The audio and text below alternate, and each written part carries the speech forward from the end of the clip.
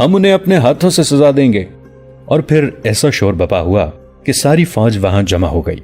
صلاح الدین ایوبی کے لیے اس جوش و خروش پر قابو پانا مشکل ہو گیا۔ وہ سپاہیوں کے جوش اور جذبے کو سرد کر کے ان کا دل بھی نہیں توڑنا چاہتے تھے۔ انہوں نے انہیں صبر و تحمل کی تلقین کی، کوئی حکم نہ دیا، اپنے خیمے میں گئے، مشیروں اور نائبین کو بلا کر کہا، یہ فوج اگلے حکم تک یہیں پڑاؤ کرے گی۔ انہوں نے کہا، میں نے دیکھ لیا ہے کہ خانہ جنگی ہوگی، فوج کا آپس میں ٹکرا جانا دشمن کے لیے فائدہ مند ہوتا ہے۔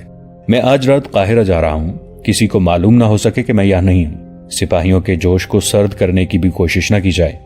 انہوں نے ضروری احکام اور ہدایات دے کر کہا، ہماری قاہرہ والی فوج جو بغاوت پر آمادہ ہے میری نظر میں بے گناہ ہے، اور ہماری قوم کے وہ نوجوان جو جوئے اور ذہنی عیاشی کے عادی ہوتے جا رہے ہیں وہ بھی بے گناہ ہیں۔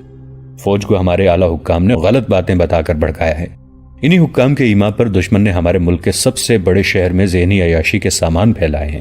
اس اخلاقی تباہ کاری کو فروغ صرف اس لیے حاصل ہوا ہے کہ ہماری انتظامیہ کے وہ حکام جنہیں اس تخریب کاری کو روکنا تھا وہ اسے پھیلانے میں شریک ہیں۔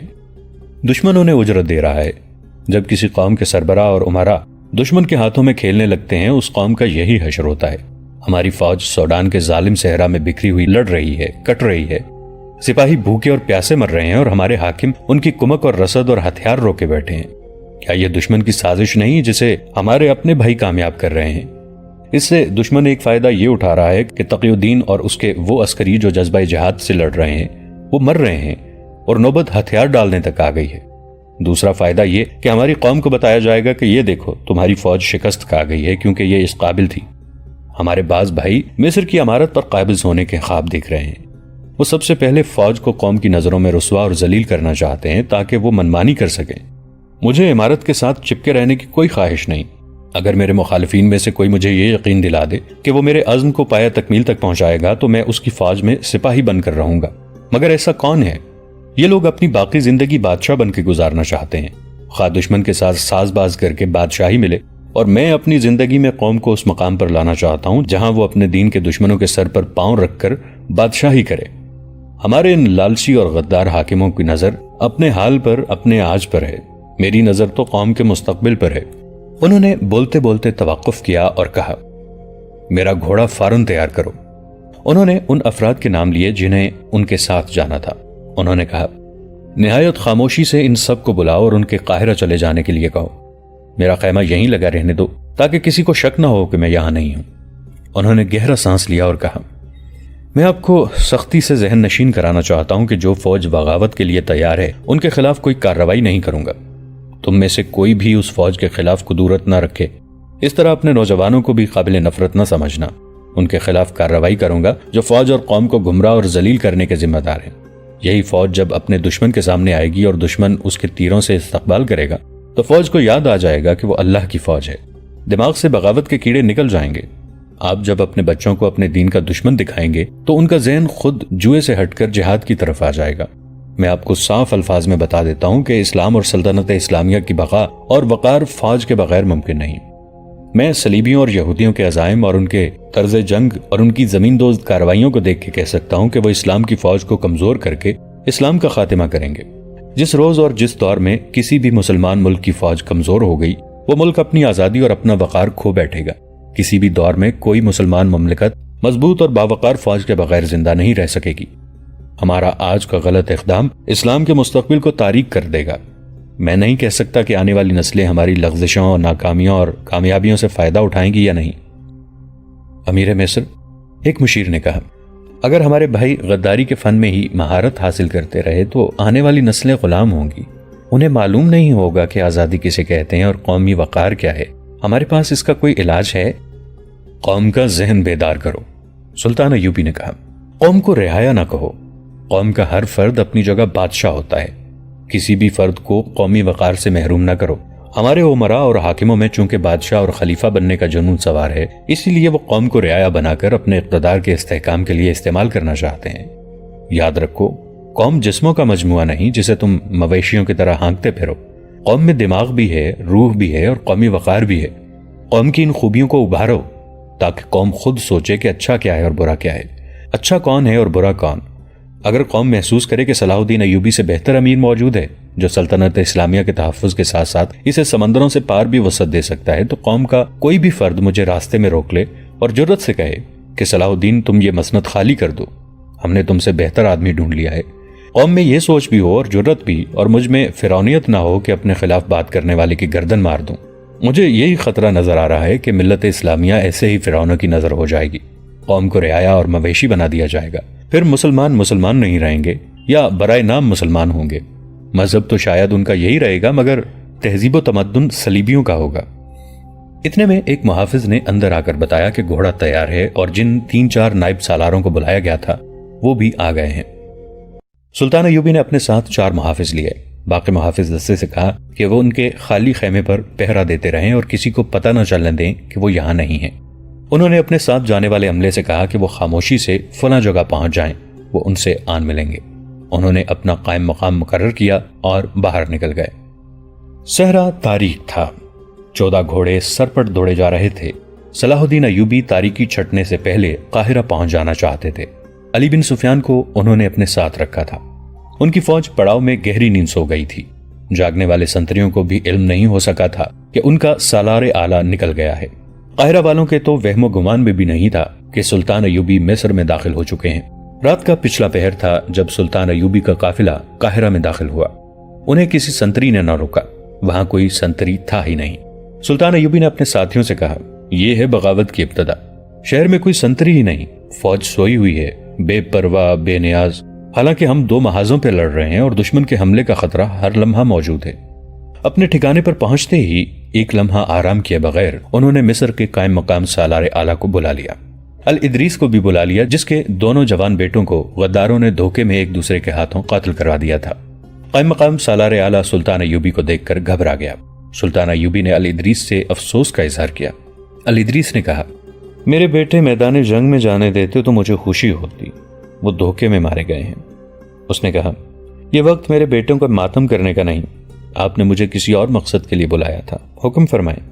قائم مقام سالار اعلیٰ محب اسلام تھا۔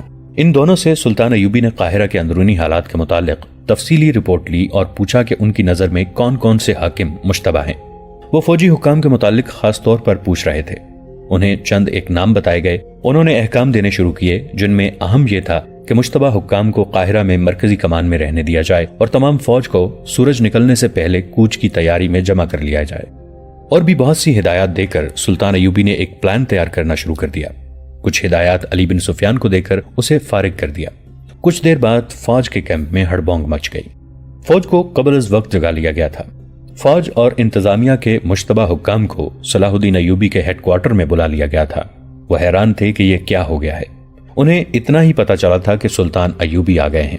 انہوں نے ان کا گھوڑا بھی دیکھ لیا تھا، لیکن انہیں سلطان ایوبی نظر نہیں آئے تھے اور سلطان ایوبی انہیں ابھی ملنا بھی نہیں چاہتے تھے۔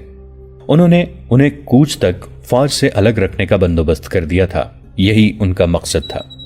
ابھی صبح کی روشنی صاف نہیں ہوئی تھی۔ فوج ترتیب سے کھڑی کر دی گئی۔ پیادوں اور سواروں کی صفوں کے پیچھے رسد اور دیگر سامان سے لدے ہوئے اونٹ تھے۔